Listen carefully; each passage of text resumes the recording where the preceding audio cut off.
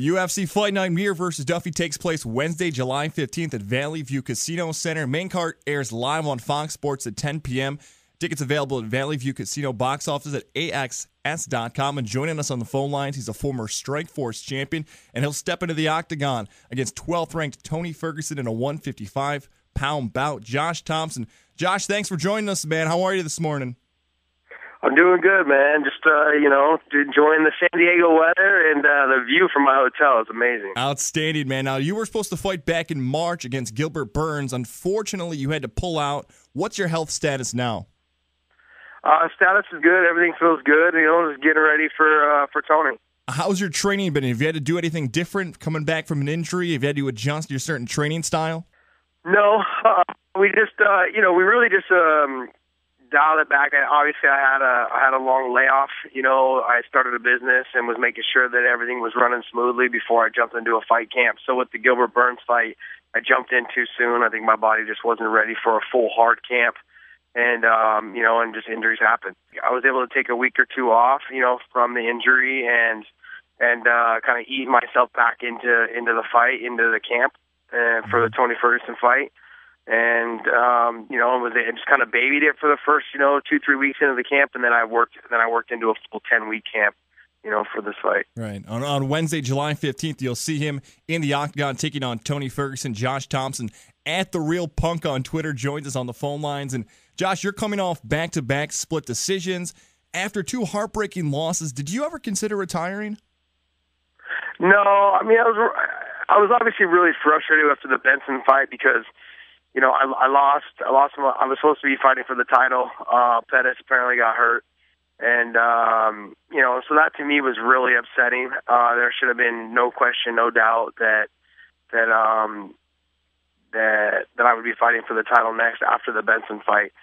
Given the situation, the circumstances in that fight, I felt like I definitely won the fight, and I was more upset at the situation of that I lost my title shot, to a split decision loss, to the former champion, which Ben Henderson was. So, that to me was upsetting. It took me a little while for it to settle down in me, and I came back. As far as the Bobby Green fight, I was just more upset with the situation. I asked for guys that were highly ranked. I asked for guys that were top guys, and I kept getting guys that were ranked outside the top 10. Originally I had taken the fight with Michael Johnson. We were given the random drug test, on a Wednesday, and 3 weeks before the fight, and it just so happened that the next day Michael Johnson pulled out. So then I was given Bobby Green, slightly after that, like a couple days later, and ended up fighting somebody that was completely different, that wasn't left-handed, that had a different style, it was more frustrating on my part. So I never thought about retiring, but just there was a lot of frustration for me with the sport itself. Hey, Josh, we had an incredible over the weekend UFC 189, the bout between Lawler and McDonald. It seemed like those guys absolutely stole the show. Is that your mindset going into this fight on Wednesday, try to steal the show and say, hey, I want to be the clip in the fight everybody's talking about at the end of the day? Look, I love those type of fights, and I love watching them. And I know Robbie really well. We come from the same heritage kind of thing. Like, we're back from the old UFC days. We were signed together at the same time, back in like 2000, 2001, we fought in the UFC back then.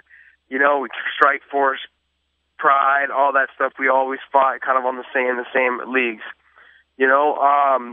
But at the end of the day, my career didn't last this long by going out there and getting into a slugfest. I got to respect Robbie and Roy for what they did, but I'm someone that I don't really fight like that. I fought a couple of times like that against Gilbert Melendez, and let's just say like the next day I was, it took me a couple of weeks to get over the bumps on my head and the lumps on my face, and that was something that I was like, oh, this isn't for me, man.